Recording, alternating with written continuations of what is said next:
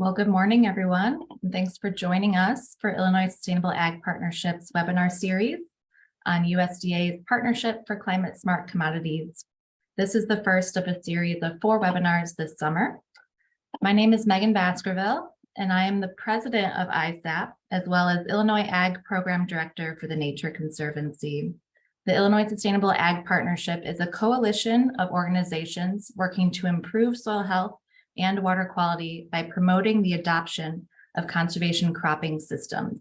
ISAP formed back in 2017 in response to Illinois' nutrient loss reduction strategy, and we focus on providing a unified voice of our 15 members on best practices for the ag sector to reduce nutrient losses and meet sustainability goals.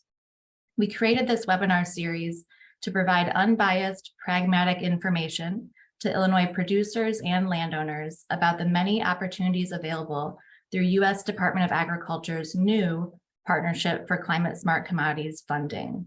As a reminder, providing this information today is not an endorsement by ISAP of any of the programs or companies. We simply wanted to bring this information to Illinois in a simplified, easy to digest format. All webinars will be recorded for future review, and we hope to share static resources about the various programs after the series as well. So let's dive in. For today's discussion, we'll be hearing about 2 programs in particular: the Midwest Climate Smart Commodity Program administered by Ag Outcomes, and ADM and Partners Climate Smart Solutions administered by ADM. They will each have time to share information about their offerings and respond to audience questions. Also, for today and for the rest of the series, we've asked each program to provide a breakdown of incentives available to a hypothetical farm in McLean County, Illinois. Our hope is this will be a simple back of the envelope to better grasp how incentives vary across programs. So as you can see, this 1,000-acre farm is in a corn bean rotation. They have been experimenting with cover crops on a small acreage, about 80 acres, but they look to expand it to their full operation over the course of a few years. They also look to move from their 2-pass tillage system ahead of their corn to strip till and do a slight reduction in their nitrogen rate. Again, this is just a hypothetical, but hopefully is helpful in seeing your own operation in any of the various programs. And finally, before I hand it off to our presenters, just a few housekeeping tips. Since we are in webinar mode, the audience is muted, but please use the Q&A function on the bottom of your Zoom window to submit questions for the presenters. So let's get started here without delay. First up, we have the Midwest Climate Smart Commodity Program administered by Ag Outcomes. Today, we have both Brogan Schanz and Sam Field with us to explain their program. Both are field program reps for Ag Outcomes, where they work with growers to implement practical conservation practices into the farming operations of both farmers and recruiters. Brogan covers Northern Illinois and comes from a background in retail agronomy, and Sam covers Southern Illinois, and his career in ag has included positions in agronomy sales, university research, and sustainable ag. Thank you both. Thank you, Megan. Hello, everyone. My name is Sam Field. I'm with the Soil and Water Outcomes Fund. I'm excited to share our program with you today. And also, I appreciate the opportunity to be with you, ISAP putting this on and allowing us to have this time with you. I'm going to give you a brief overview of who the Soil and Water Outcomes Fund is. And my colleague, Brogan Schanz, is going to be running through the farmer scenario that Megan has mentioned. So the Soil and Water Outcomes Fund, we've been involved in a number of different states in years past. Our acreage in Illinois is growing. Our needed acreage in Illinois is growing. And part of the funding from this grant is allowing us to bring this program to more farmers throughout Illinois. The map on your screen is showing eligible counties for farmers to enroll. And a little bit about us. Basically, we are set up to provide farmers a financial incentive for farmers to implement new conservation practices that ultimately yield environmental outcomes like carbon sequestration and water quality improvements. We provide new market opportunities and revenue streams for farmers by selling these outcomes to both public and private beneficiaries. The Soil and Water Outcomes Fund is managed by Ag Outcomes, a subsidiary of the Iowa Soybean Association. Over the past 2 years, the Soil and Water Outcomes Fund enrolled 240,000 acres across 9 states. In 2022, farmers enrolled in our program last year earned on average $34 per acre for implementing new on-farm conservation practices. A couple other unique aspects I wanted to point out about the Soil and Water Outcomes Fund is this is solely our business. We are solely in the business of producing outcomes and providing a financial incentive to farmers that are producing them. Another unique aspect about us is our program takes into account both carbon and water quality benefits. We see that as kind of a diverse way to maximize farmers' payment. And a lot of other programs don't have that water quality aspect to them. We can move on to the next slide. Okay, so farmer eligibility. We get a lot of questions about, how many acres do I need to sign up? Is there a maximum? The good thing with our program is there's no minimum or maximum acre amounts needed.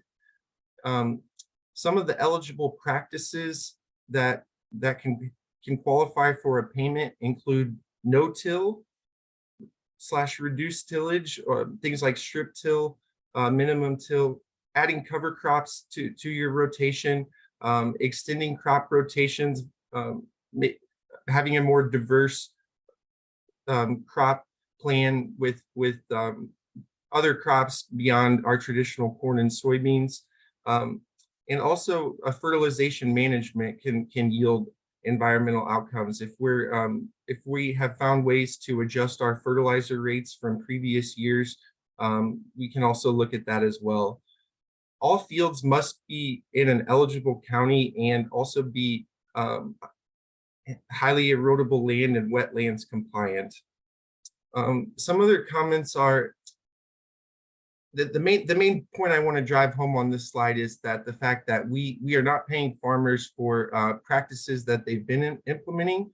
This program has an additionality requirement, which means that these practices must be a new practice for your farm. And I hope that provides a little more clarity on that. We can go to the next slide. Okay, so for how we handle our payments, all of the farmers in our program are signed up on an annual basis.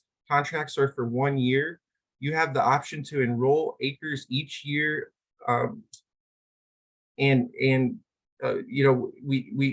you can shift acres to new acres if that's a possibility. We don't require your whole farm or anything like that. Soon after you sign up, 50% of the payment will be made to the farmer up front, and then the balance is paid near the end of the contract when these practices have been verified.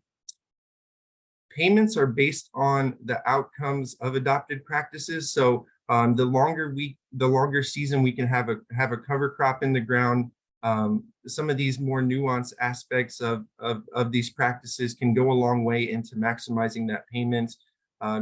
Looking at cover crops that last the full season versus maybe winter kill.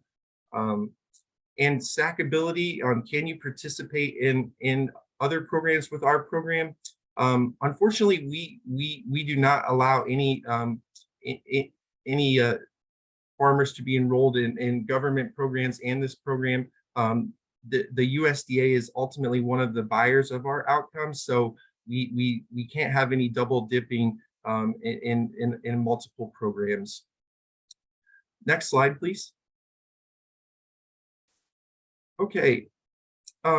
So like I said, contracts are for 1 year. As far as data requirements, we work with guys on all ends of the spectrum. Some farmers may have access to precision data and are tracking every application or every pass that is made in the field. It's great if you have that information, but we can work with farmers across the spectrum. If you're not saving any precision data, that's fine. We'll work with you to gather other items to verify these practices. Our program also does provide agronomic assistance to farmers at no cost.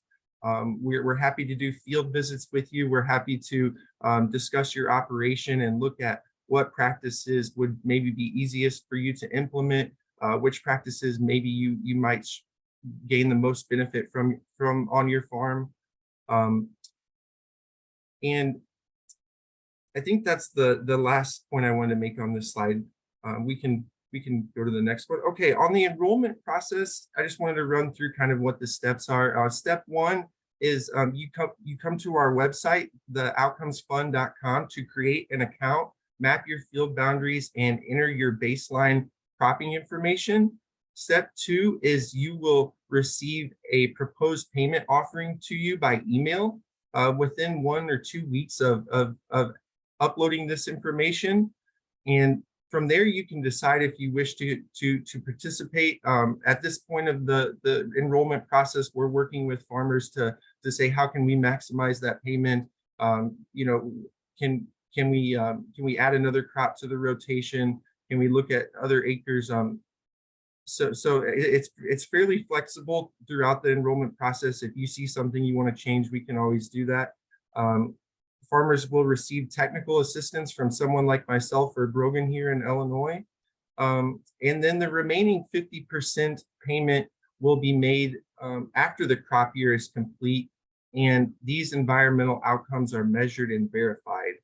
And again, in 2022, on average, farmers participating in our program received a payment of $34 per acre. Next slide, please. Okay, here's some kind of questions, some common questions that farmers ask. Does this program claim the farmer's carbon asset? Yes. How are you calculating outcomes? Our outcomes are based on the USDA, different USDA models like Carbon Comet Cast and the nutrient tracking tool. What does the verification process look like? Each year, a representative from our company will actually step foot into every field enrolled in our program. This is to ensure that the practices that were signed up are being followed. And we also annually pull water samples from tile outlets and soil samples on a subset of acres just to verify our outcomes, and verification is a big part of what we do. We really want to make sure that these outcomes are credible and have a lot of science behind them. So what would happen if a farmer is unable to implement a new practice? We will maintain the authority to accept or reject fields if deemed necessary, but most often contracts will enter an amendment process where we rerun fields in question through the USDA models again with the updated operational data, and adjust payment as necessary per the updated outcomes. Now I would like to turn it over to my colleague in Northern Illinois, Brogan Schanz. He is going to be walking you through the farmer scenario that Megan has discussed at the beginning of our webinar here. So with that, I'll step aside and turn it over to Brogan. All right, thank you, Sam. All right, so to reiterate what Sam just went over, so as we quantify the environmental outcomes that result from implementing conservation practices such as introducing cover crops or going to a no-till or reduced tillage system. So to do that, we compare the baseline operational data on a field-by-field basis to the projected operational changes that we are going to implement. So that's the short and sweet of it. So to give you a real world example, we've got a grower scenario here containing both rented and owned acres. And now as far as ownership goes, we're able to work on all those types of acres, so there's no worries there. We see in the blue acres there, next crop year, we are looking at adding cereal rye ahead of beans. So that is going to be a valid addition. So those acres would be eligible for enrollment right now. And then looking ahead into the following year, so in 2025, adding strip till practice in front of corn. So as long as we are going from a more conventional tillage system to a strip till, which we consider as reduced tillage system, that would be a valid addition as well. So in that case, both the blue and the acres you see in red there would both be available for enrollment in the following year. And then after that, we've got another addition on the red acres of adding cereal rye ahead of crop rotation. So all those are considered additions. I do want to point out in that green section where we have a previous cover crop, that would be a good example of acres that are maybe not a great fit for our program because we have cover crop in the baseline data. So we've already have a level of nutrients are carbon sequestered and nutrient runoff reductions already happening in the baseline data. So implementing conservation practices now it will generate some outcomes, but not near as many as the acres in the red or the blue that have no cover crop. And so that would just be an example of some acres that are maybe not great fits for our program. And so if there's another slide, we can go to that, or I guess, sorry, back up. Yeah, so the payment is based on the outcomes produced by implementing conservation practices. So as far as landing on an exact payment rates, it's a payment for the outcomes, not necessarily a payment for practice, but the outcomes are generated from the practices that we implement. Because all those outcomes are model based, they can vary from field to field depending on the operational history and other environmental factors such as soil types, erosion potential, what have you. But we can say, just as a blanket statement, over all of swaths reached last year, fields averaged $34 an acre in payment. And in general, I mean, most folks ask, what can I do to keep boosting that payment? The more practices you adopt, the higher that payment is going to get. So yeah, so that's short and sweet of it. I think we had some time here earmarked for questions. I'll turn it over to Rachel or Jean here. Yeah, thanks, Brogan. Yeah, so pitching it to me for some questions, and I think there was a couple that came in through the chat, and folks can continue adding those. I think the first one, and this is a question I had too, was on the map of eligible counties. I wasn't sure if the white counties were eligible or the green counties were eligible. So I don't know, Rachel, if you could, I don't know if you can zoom back to that slide real quick and we can kind of see, and maybe Brogan or Sam, you can confirm which counties it are. It's the green counties. And we do have, a list of those counties. You can reach out to either Sam or I and get an exact list with the names as well. But yes, it's the green counties that you see there. Okay, great. Yeah, and then a question on, I think came up when Sam was discussing the additionality component and just, mentioning you're not really paying on practices that have already been implemented. So just kind of a technical question there around, like, how does a farmer re-enroll, or multi-year contract? Is there an opportunity for that if the practice has to be new? Yeah, talk us through that a little bit. Yeah, so we don't require an additionality every year, but we do really want folks to maintain the additionality anyway. So we're not looking to go backwards. We're not looking to implement cover crops, but then in the following years, conventional till.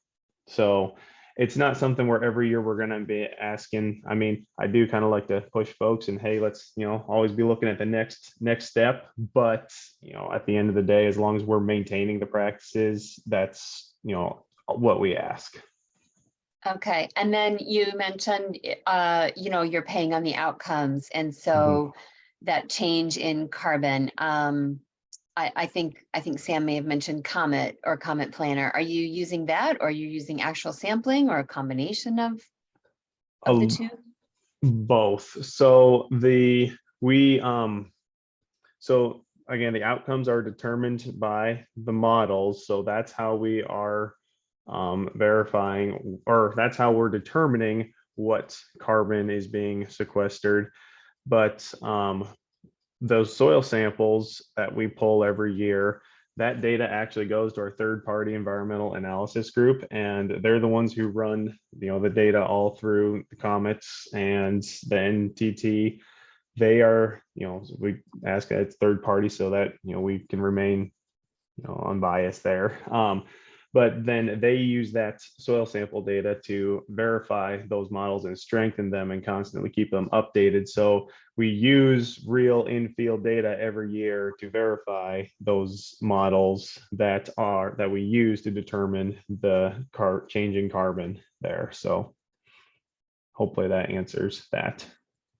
Yeah, and then I do have a couple of questions about the scenario, but maybe going back to kind of the stackability, or kind of how your program interacts with existing public funding, and you can't pay on practices that are enrolled in federal program, but is there similar limitations around programs that maybe or practices that are receiving funding through state cost share programs? Yeah, so a state funded program, again, I mean, there's no double dipping. So I mean, we have to gather field and tract, our farm and tract numbers from every field enrolled. That gets cross-referenced with the USDA to determine, that there is no, double dipping there. And so that is a limitation there, because again, the USDA ultimately is one of the buyers of water quality credits. So, there's unfortunately no double dipping or crossing there. Sure. Okay, that's helpful. Okay, and so then looking at that farmer scenario, you mentioned that kind of the average payment last year was $34. So I kind of have maybe a similar question coming from the left and the right-hand side here. How does the farmer we gave you compare to what that $34 would look like? I mean, are there more practices in our scenario? Are there fewer practices in our scenario? Could you give us a sense of yeah. Yeah, so it's an average $34 an acre. For it to be an average, there's got to be payments coming in higher, there's got to be payments coming in lower. It's usually the folks that are adopting more practices, so going, more, from a conventional to a no-till program and adding cover crops are usually gonna, be on that higher end there. So like in this particular example, I would suspect probably there's going to be some pretty good outcomes there. Now, again, it's all model based, which the models, pick up on soil types, erosion potential, a lot of different environmental factors come into play there. So there can be surprises there, but we do look at things on a field basis. So where one field, maybe has really good carbon or nutrient runoff reduction numbers. Another field may not have great, but we still are able to average those two together and come up with a typically pretty decent payment for folks. Okay, sure. So again, maybe just trying to help a farmer kind of see how they could compare, then I'm going to ask the similar question from the other direction of maybe could you give us a scenario of what led to $34? Could you tell us what the average farmer did in your program last year?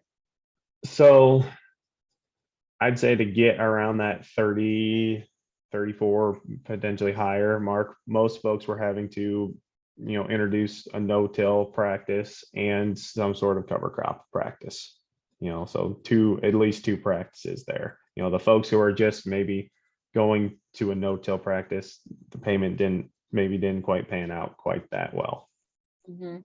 And are you incorporating or looking at any type of nitrogen reductions in your calculations? Is that considered an additional practice or a qualifying practice?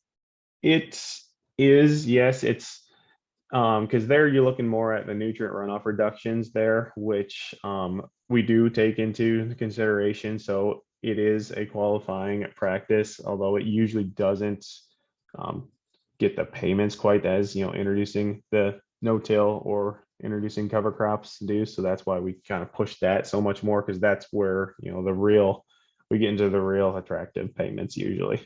But yes, to answer your question, yes, reducing nitrogen rates, that does help. Okay. Yep. A lot of questions around, people are really interested in the payment scenario here. So $34 is an average. Of course, we all understand what average means. Is there a sense, could you give us a sense maybe of like min max? What was the range? We've had fields, that maybe just off the top of my head, I know we're maybe getting $9-10 an acre, but those folks weren't doing much for an additionality. And then others were pushing $40 an acre. So there's a good spread there. Okay. And then I think the last question that I am catching up with, and Megan, feel free to ping me if I'm missing something around payment, is just confirming again, like non-federal funding for practices. So if someone is participating in the state Partners for Cost Share program or Partners for Conservation or other non-federal funding could be stacked with your funding. So anything non-federal, well, there's really any like state funded programs, there's no stacking there, unfortunately. You can't stack with the state programs either. No, then. no. Okay, okay. So essentially, if a farmer or producer or landowner is participating with this program, they're limited for participating with other programs because you already provide a combination, basically. I think that's what's unique about this program in some extent. It's like you're already combining the federal dollars and the private dollars together, and the carbon dollars are already bundled together. So this is kind of a pre-stacked. Right. Is that a fair kind of summary? Yes. Okay. Okay. And then I guess a question around, once a farmer is enrolled, were there any types of failures that you saw that affected payments? Were they unable to implement their practices after the fact? How does that work? So like in a case where, if we no-till or contract a grower to no-till and they end up turning that field black, it may be a situation where we may kick that field just because there's going to be no outcomes there, no outcomes that we had anticipated.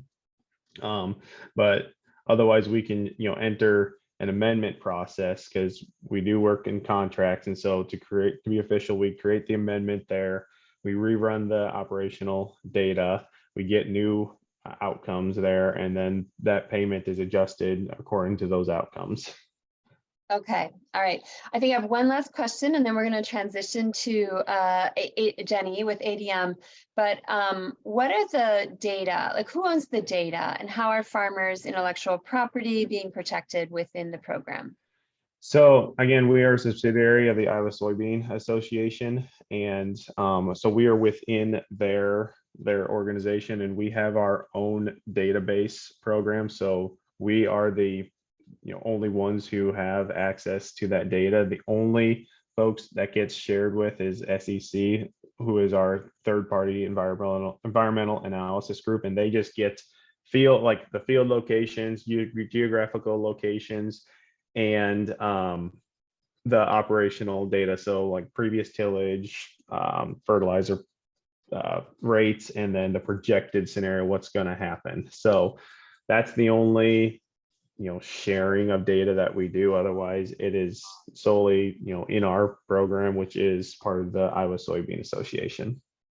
All right, great. Thanks. Thanks, Brogan. This is great fun. And thanks to the audience for the great questions. Back to you, Megan. Yeah, and you can definitely, contact either Sam or I personally if you have any other, any folks out there have any other questions about any of this stuff or want to know more. Great. Thanks, Sam and Brogan. And I do think we did not get to some of the Q&A, so I do think you guys have the ability to answer some of those directly in that Q&A box too. But yes, happy to transition now to hear from Jenny Poling as she highlights our second program of the morning, ADM and Partners Climate Smart Solutions. Jenny is a Climate Smart Origination Manager at ADM with experience helping farmers get rewarded for their regenerative agriculture practices. She grew up on a family farm and spent the early years of her career as a biologist, and this background has led to her passion for improving soil health and farm resiliency. Thanks for being with us today, Jenny. Thank you very much, Megan, for having me. First of all, thank you to ISAP for having me here today. As Megan said, my name is Jenny Poling. I'm a Climate Smart Origination Manager at ADM, and I'm really excited to be here today to talk about our ADM Regenerations program and the climate smart solutions that we can provide. So a little bit about our program, an overview. The ADM Regenerations program is built to support farm legacies and consumer demand. The program is built to be flexible, to meet farmers where they are, and to reward them for growing cover crops, adopting no-till, and working to lower emissions on farm. If you want to find out more, I'd encourage you to go to admadvantage.com/regen. You can find information there about our regenerative agriculture approach and about all of the different state programs that we have across the country right now. You can also scan this QR code, which will take you directly to that page. So geography, if you could go back, please. Geography, we are offering this program statewide in Illinois, and we are also in 18 other states across the country. And in order to be successful with this program, we need to have key partnerships. One of those key partnerships is American Farmland Trust. And they are our partner, and their role is to provide technical assistance and agronomic support. We want to do more than just incentivize farmers for adopting these practices. We want to make sure they have the resources they need to be successful with implementing regenerative agriculture practices on farm. We also have partnered with Farmers Business Network. They are our data partner. High quality data is crucial to quantify the positive environmental impacts at the field level.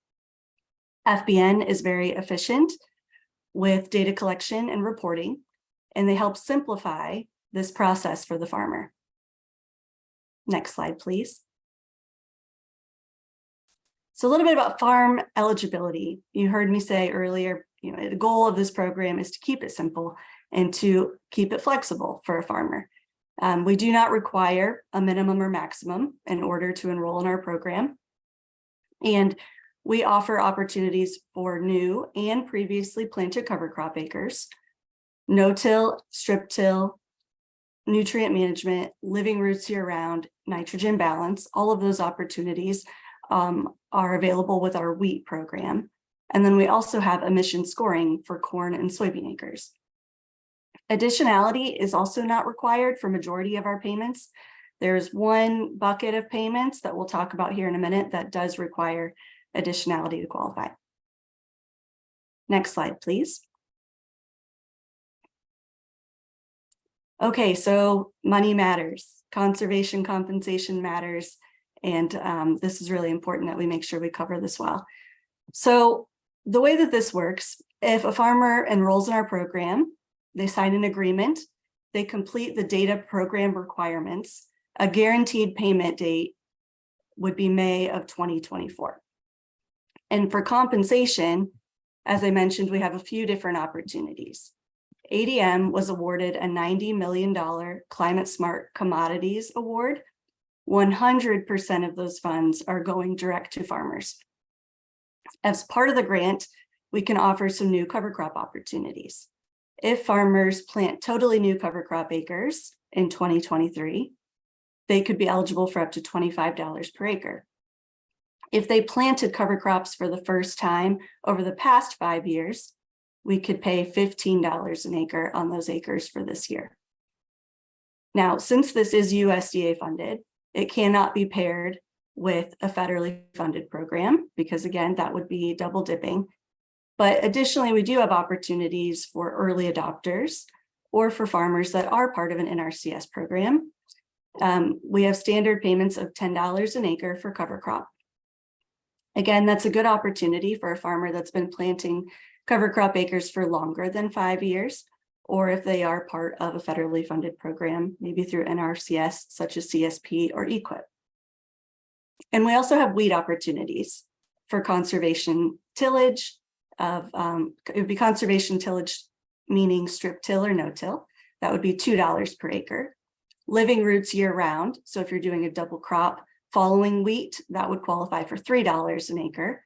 And we also have a nitrogen balance payment of $5 per acre. Also, I mentioned emission scoring earlier. Emission scoring is really helping quantify those field level decisions and helping reduce emissions at the field level. If farmers sign up for our program, they could receive 2 to 4 cents per bushel on corn and 5 to 7 cents per bushel on soybeans. Requirement there is you need to be an ADM customer. You don't have to deliver all of your grain to ADM, but the grain that you do deliver would qualify for the premium. In terms of stackability, we covered this a little bit already, cannot be part of any other private programs, but for our ADM standard payments, those payments that are made direct by ADM, though participation in public funded programs is accepted. Next slide, please. Contracting info. So again, we want to keep this simple and flexible for a farmer. We're offering 1-year contracts right now. There's a lot of movement in this space. We want farmers to join our program, be happy with it, and hopefully stick with it, but there are no long-term commitments here. Data requirements. So I mentioned our partnership with Farmers Business Network, and the data that they would ask for or could ask for would be field boundary information, planting dates, tillage practices, fertilizer application, cover crop data, and harvest information. Really, we need this field level decision information so that we can quantify these positive environmental impacts that are occurring at the field level. It also helps to attach those outcomes to the grain as it goes through the supply chain, helps create that traceability, and helps create the value. Enrollment assistance provided. So the way that this works, we do offer a 30-minute consultation from our partners, American Farmland Trust, or myself at ADM, to help guide producers on what's required to be part of the program and to help them through the enrollment process. As I mentioned, American Farmland Trust also provides agronomic support to help connect farmers to resources they need to make sure that we help them be successful with implementing these practices on farm. So in summary, the enrollment process really is this introductory 30-minute consultation. It is a 5 to 10-minute survey to enroll on the FBN gradable platform.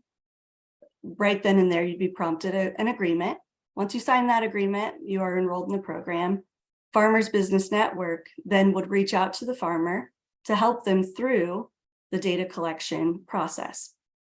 And that takes about 45 minutes to an hour for the first year that farmers are in our program, with a goal of shortening that each year.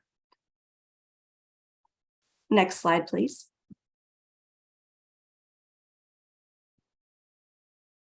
So does the program claim the farmer's carbon asset?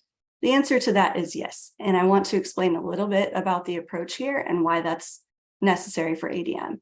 So ADM has made sustainability and regenerative ag goals that help support continuous improvement in the agriculture supply chain.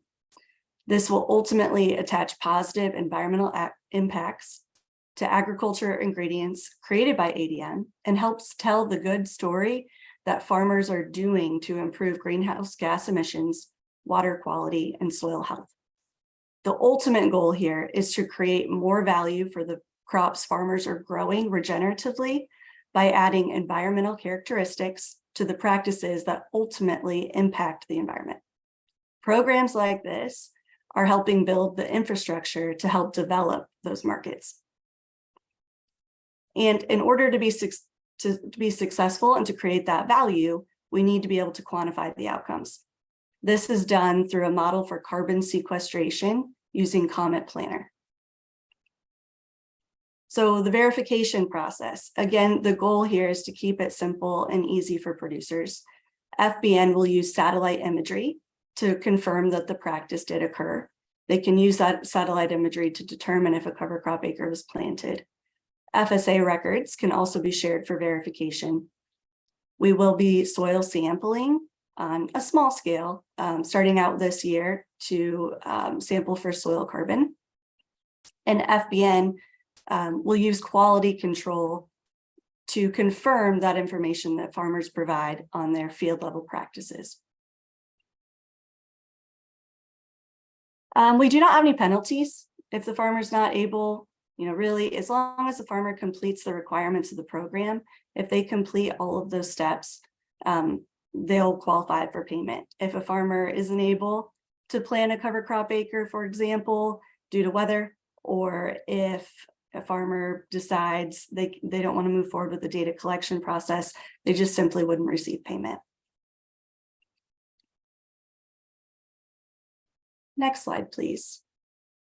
Okay, so to review here with the scenario, corn soybean rotation since 2008 using 2 tillage practices ahead of corn, no tilling soybeans, began experimenting with covers in 2021 on 80 acres. So we had a scenario here where we had owned ground and rented ground. That is okay. All of these 1,000 acres would qualify for our program. The agreement is between ADM and the farmer.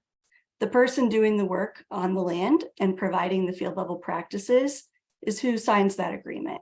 And they would be responsible for helping determine payment. I would always encourage whoever's signing up for the program to talk with the landowner, make sure that everybody agrees on those terms. It could be up to the farmer to split a payment if that's necessary. ADM can also accommodate that, but just might take a little bit longer in order to issue the payment. So let's talk a little bit about year by year, what these payments would look like. So for this 80-acre cover crop farmer, they started planting cover crop acres in 2021. They could qualify for our climate smart commodity payment of $15 an acre, which would result in $1,200. If they are in an NRCS program, for example, they could pair that with our $10 an acre payment and qualify for $800. Plus, all of these acres, all 1,000 acres, would be eligible for emission scoring as long as they're an ADM customer, and the bushels delivered to a qualifying ADM location would receive that 2 to 4 cents per bushel for corn and 5 to 7 cents per bushel for soybeans. So ultimately, that corn payment could be $4 to $8 an acre, ranging from $2,000 to $4,000 over those corn acres. For soybeans, that would equate to $3.5 to, I think it's actually $4.9 per acre. And you can see the range here as well. So I tried to give you a total of what this might look like. The low range here is if a farmer's in an NRCS program, it does not account for that program or the additional incentive they would get from that federally funded program. But you can see if they are delivering some grain to ADM, potential for just over $4,500. If they qualify for the Climate Smart Commodities payment and they're doing emission scoring as well, they could qualify for just over $7,600. Any questions on 2023, maybe before we roll into 24?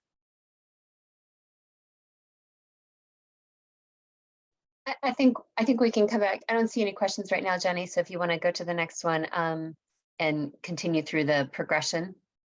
Thank you, Jean. So for 2024, in 2024, this farmer is going to add an additional 420 cover crop acres. So they would still be eligible for the Climate Smart Commodities payment of $15 per acre, or they could pair it for the $10 an acre payment. And then their new acres, totally new cover crop acres, those 420 acres, could qualify for the Climate Smart Commodities payment of $25 per acre. Or if those are part of a federally funded program, they could pair that for an additional $4,200. Again, similar math that we looked at on the last screen for the emission scoring opportunities. And we're looking at a range of $8,700 to just over $18,000. So pretty big range here, but again, a lot of opportunities for the farmer to decide what's best for them. Next slide. In 2025, so looking at increasing 1,000 acres of strip till corn and reducing nitrogen by 10%. Again, now we're up to 500 acres of cover crops that were planted over the past 5 years. Those 500 acres would qualify for the $15 an acre payment of $7,500 or $5,000 if they're in that federally funded program. Again, all acres would qualify for emission scoring, but just want to note that reducing tillage, moving to some conservation tillage, and reducing nitrogen positively impact a carbon intensity score. Carbon intensity is really what we're measuring when we're talking about emission scoring. So if the carbon intensity score is below average for the supply region, that's how you qualify for the higher end of that per bushel premium. So this would be a benefit for the farmer in terms of the CI score. And again, looking at a range of $8,700 to almost $14,000. Then final year of 2026, we're looking at a new 500 acres of cover crops that could qualify for the Climate Smart Commodities payment at $25 an acre, or you can pair it at the $10 an acre. We also have the 500 previous cover crop acres that could qualify for the $15 an acre since they were planted over the past 5 years, or the $10 an acre payment, and then additionally, the emission scoring. So again, a lot of opportunities for farmers to decide what plan is right for them, how it could fit best into the Regenerations offerings, and really, again, built to be flexible and help meet the farmer where they are. So with that, I think that was my final slide. I'm happy to take any questions. Jean. Yeah, thanks, Jenny. And again, a reminder for folks to put questions in the Q&A if you do have them. And Jenny, I appreciate, the different slides, just walking through the years and all the scenarios there. So I guess the first question is just kind of clarifying the Climate Smart Commodity payments and a lot of the payments you're talking about that are eligible statewide. Those are just for cover crops, correct? And there's Yes. you're not paying for tillage practice directly. That's correct. So with the Climate Smart Commodities payment, those $25 and $15 opportunities, those are only offered for cover crops. But then additionally, we have those standard payments that are coming direct from ADM, ADM funded payments for cover crops and for emission scoring. Wheat, Okay. We don't want to forget about wheat. There is the strip till no till of $2 an acre, the living roots payment, good opportunity for double cropping, and then the nitrogen balance payment of $5 an acre. Okay, and around those cover crops, and this might be a question for Sam and Brogan to put in to respond to as well. What are the planting rates or seeding rates and criteria to qualify as a cover crop? Great question. So with all of our opportunities, we are aligned with NRCS standards. In our area, that cover crop needs to be planted by December 1st, but there are a lot of different situations, and we would need to evaluate those on a case-by-case basis. Our partners, American Farmland Trust, can help a farmer through that process and making sure that they are following those guidelines. and connecting them to those resources as well. Yeah, and I feel like I need to do a little disclaimer here and acknowledge that I do work for American Farmland Trust, and AFT is a member of ISAP, and will be, as we go through this whole series, you'll see other members of ISAP who are also partners on various projects here. So by no means are we saying this is the best program for you. It's just part of our goal with ISAP to share these opportunities with farmers. So I do have a question just kind of around eligibility, again, and just confirm who is eligible for what, or I guess maybe more specifically, what's available to ADM customers versus what's available to farmers across the state.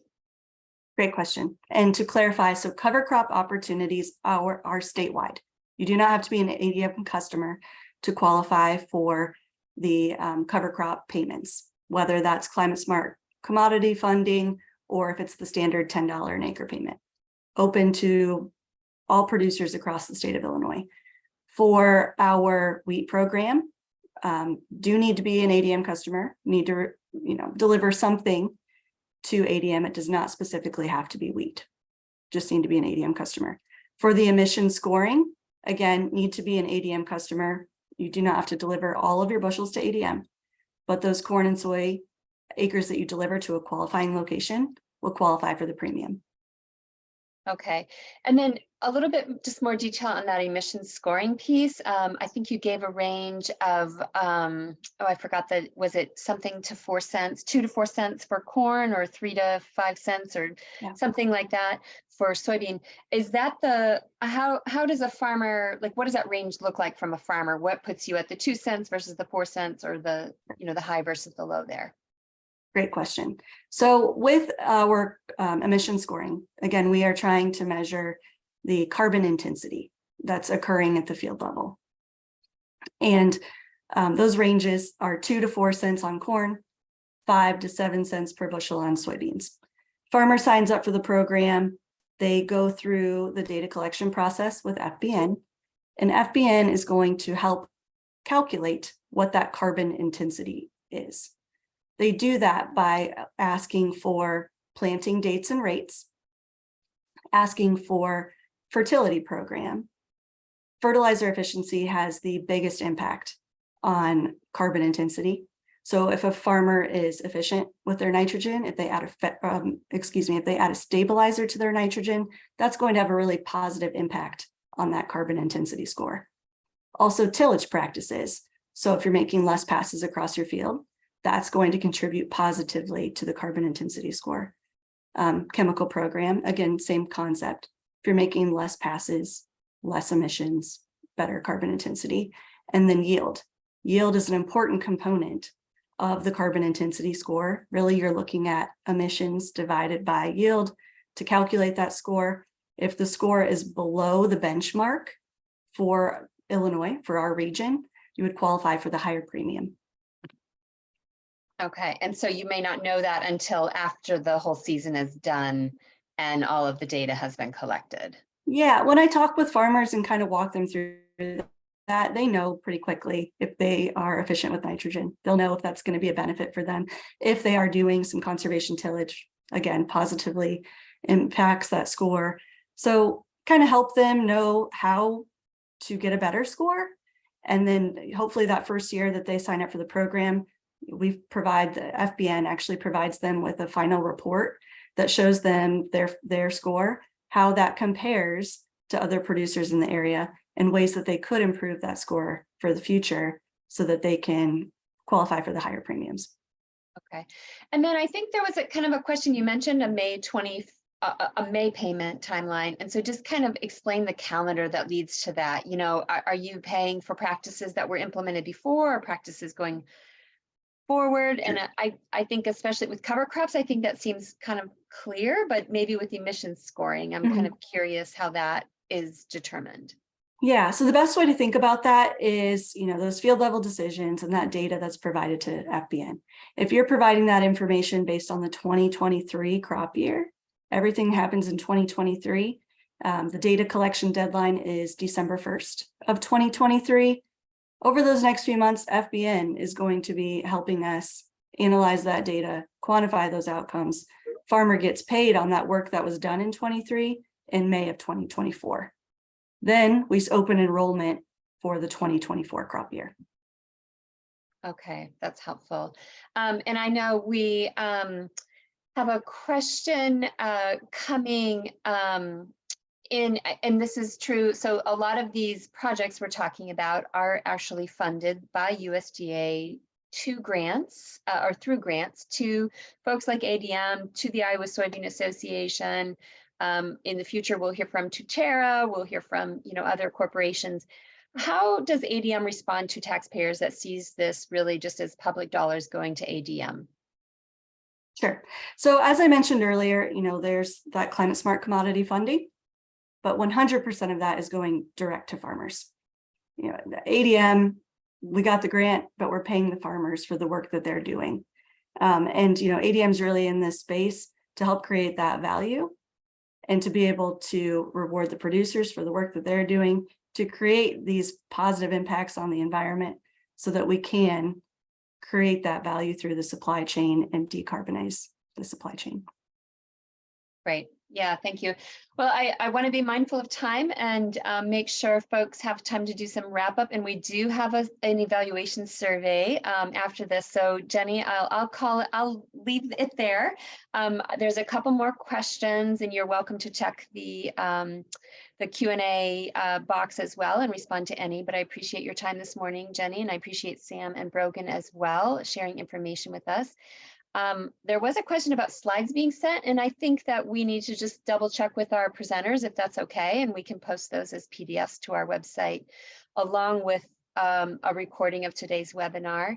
And Megan, am I doing the wrap up? Is there anything, or maybe there's one more slide introducing the next. Are you okay with me just taking it out, Megan?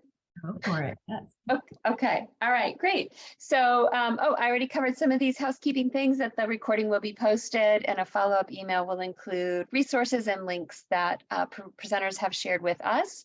And then 2 weeks from now on Friday, July 28th, we'll be hearing about 2 additional projects that are available to Illinois farmers, the Farmers for Soil Health Climate Smart Commodities Partnership, and PCM, Precision Conservation Management, is a member of ISAP, and they're also a partner on that project. And on Friday, also on Friday, July 28th, the second half of that webinar will be the Climate Smart Ag Innovation Finance Initiative, which is led by Field to Market. So looking forward to that. Hope you can join us there. And don't forget to take a minute and just respond to the survey as you leave the webinar, it will automatically appear.